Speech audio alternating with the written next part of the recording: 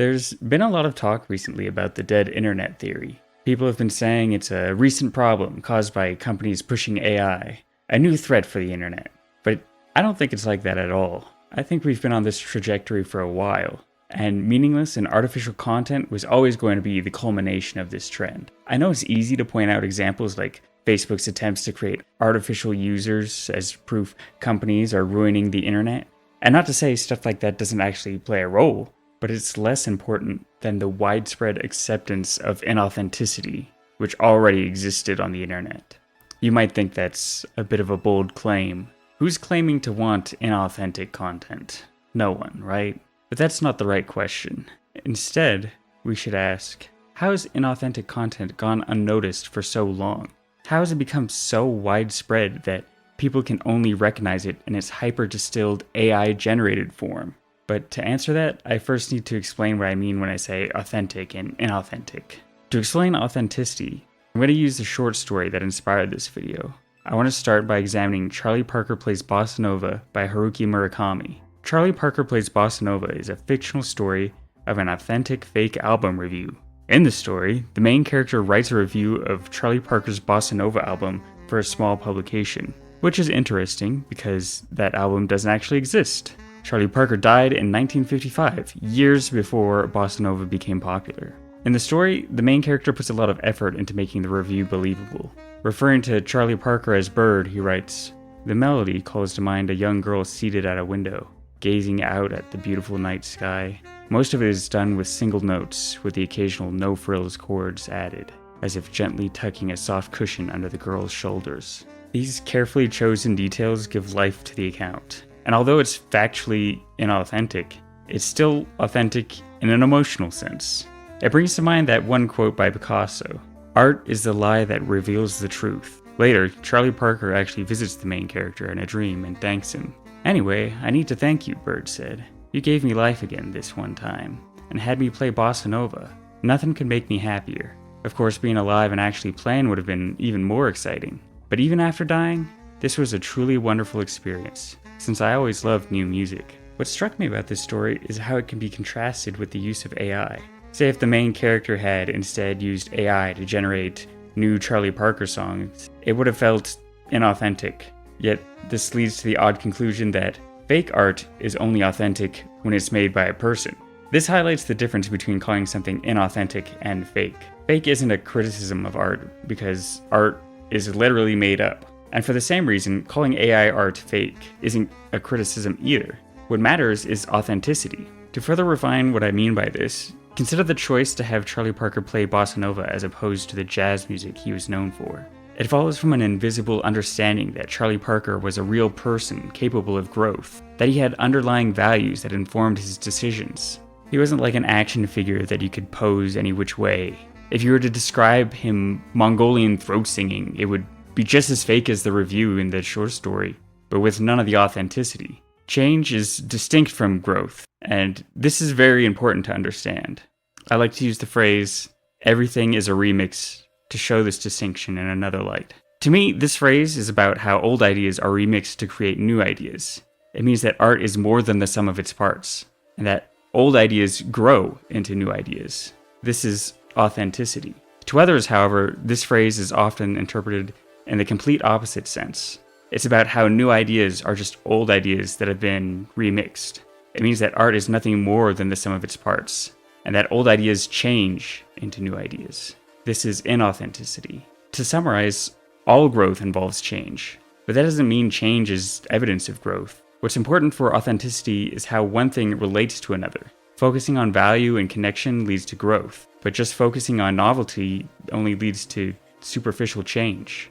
This is all well and good, but for the general public obsessed with aesthetics, this distinction doesn't seem to matter. For a while now, the internet has been full of the type of person I might call an inauthentic artist, those who focus on beauty as an end in itself. This group can be understood through the phenomenon of posers, an idea that doesn't really have a place in our culture anymore. But anyways, back when there was an outside people could enjoy, there was this subculture of skaters that had its own values, art, and fashion. Through the actions of dedicated skaters, skateboarding grew into something admirable to the layperson. Now, because skating was and is still difficult, believe me, I checked, It was a lot easier just to pretend to be a skater than to put in the effort. You could just imitate the aesthetic of skaters to borrow some of that built-up coolness without putting in any work. That, of course, made you a poser, someone that tries to appear cool by mimicking the style of others. Now, posers and inauthentic artists have the same core motivation.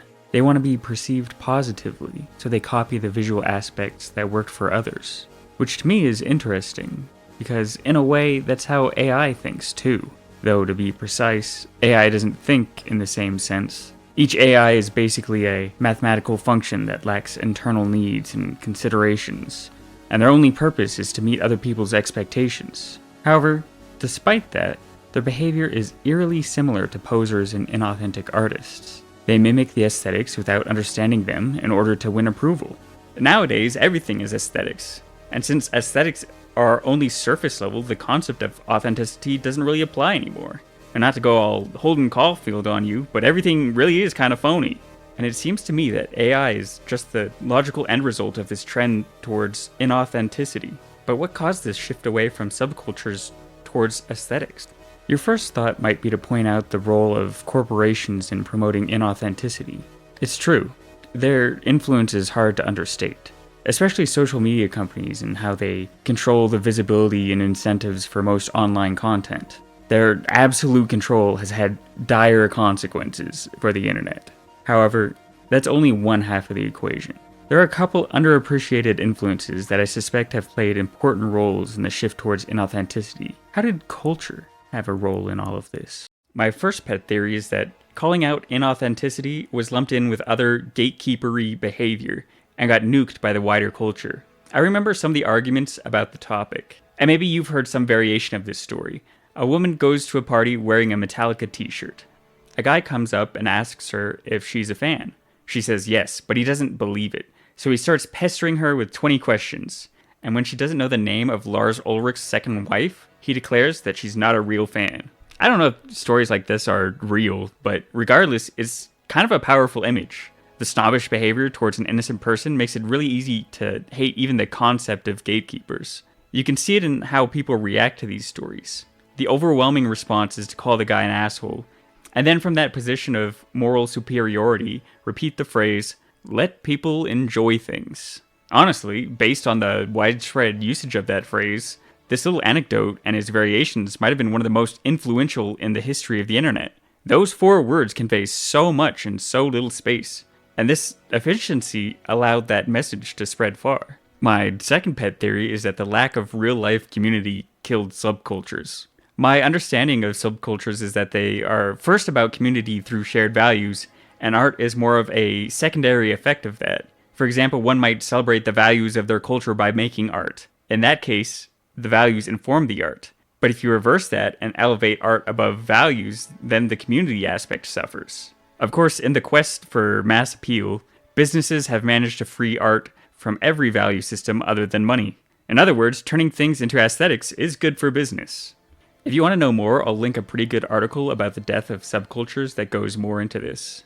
In the article, they use the terms geeks and members of the public instead of authentic and inauthentic artists, which is probably the better terminology to use, but I digress. Anyways, what I'm getting at is that AI images are a problem because a majority of the internet nowadays is filled with people who only think in terms of aesthetics. They can't tell the difference between AI generated and real images because from an aesthetic standpoint, they're the same. Even if you somehow taught them to differentiate these images, it still wouldn't be enough, because you'd still have to get them to care about authenticity. And as I discovered, even that might not be enough. I'll admit, I'm not completely free of the enchantment of AI images myself. I know, but I can't help what I like. Or can I? And grappling with this contradiction, I did actually discover a way to shift towards authenticity. Let me explain. A while back, I was trying to understand the deeper values behind the art that I liked. I tried to find similarities between these images and discovered that I liked images that are crisp, colorful, saturated, and have a high field of view. To me, these 4 traits represented the core of my taste. When I searched for those terms on Pinterest, every single image was beautiful to look at, though at the same time, every single image was AI generated. When I realized this, I was a bit disgusted with myself. The fact that I enjoyed them unnerved me. So I convinced myself that this was a special case. My thinking was that because those images were so attuned to my specific aesthetic taste, the bar for quality was lowered enough for AI images to meet my standards. And that's what I told myself until I started working on this video. When I was writing this script, I started to think about those AI-generated images again. I wondered if I enjoyed those images so much because I didn't actually understand them like I thought I did. And it turns out, of course I didn't. Crisp, colorful, saturated colors, high field of view, those are all terms that describe aesthetics. I didn't have a clue towards any deeper value at all. So I tried again, this time thinking more about how they made me feel. I started comparing them to experiences with similar vibes. One example was walking onto the Great Plateau for the first time in Breath of the Wild, which I thought might have been a clue towards valuing a sense of adventure and possibility. I also tried another strategy. I started looking at music with similar cover art to those images. In the end, I didn't really find all that much that furthered my understanding. It's not really an aesthetic that a lot of albums use. However, it was a really interesting way of finding new music. I highly recommend finding an image or an aesthetic and looking for cover art that's similar, as a way of finding new music. Anyways, after that, I started trying to imagine what music would best fit those images and how that music made me feel. I thought of post-rock, breakcore, EDM, and the Made in Abyss soundtrack. Those are pretty different genres, but they each highlighted different aspects of those images to me. Throughout all this, I began to understand that the value I was searching for was that feeling of taking on the world. Not necessarily a bright optimism, but the strength to face any challenge head on. After coming to this conclusion, I realized that I enjoyed those AI images because they were effective at evoking that particular feeling. However, once I understood this, I lost a little bit of interest in them. They still express something that I value, but looking at them now, I can see the gap between intent and execution. They're missing something now that they weren't before. I want to highlight that authentic art wasn't just more satisfying, it was powerful. When I put effort into engaging with the experiences I mentioned, I could feel how much more substantial they were. It wasn't just that I liked them more, they managed to subtly change how I saw the world. And when they reflected my character, it changed how I saw myself. Now, instead of just focusing on aesthetics, I sometimes consider the sensation of what's not there. Like, with a picture of a mountain, I might consider how much I'm not outside at the moment. And in a way, that's kind of inspiring. Now, if there's any takeaway from this video, it's that you should dig deeper into your interests.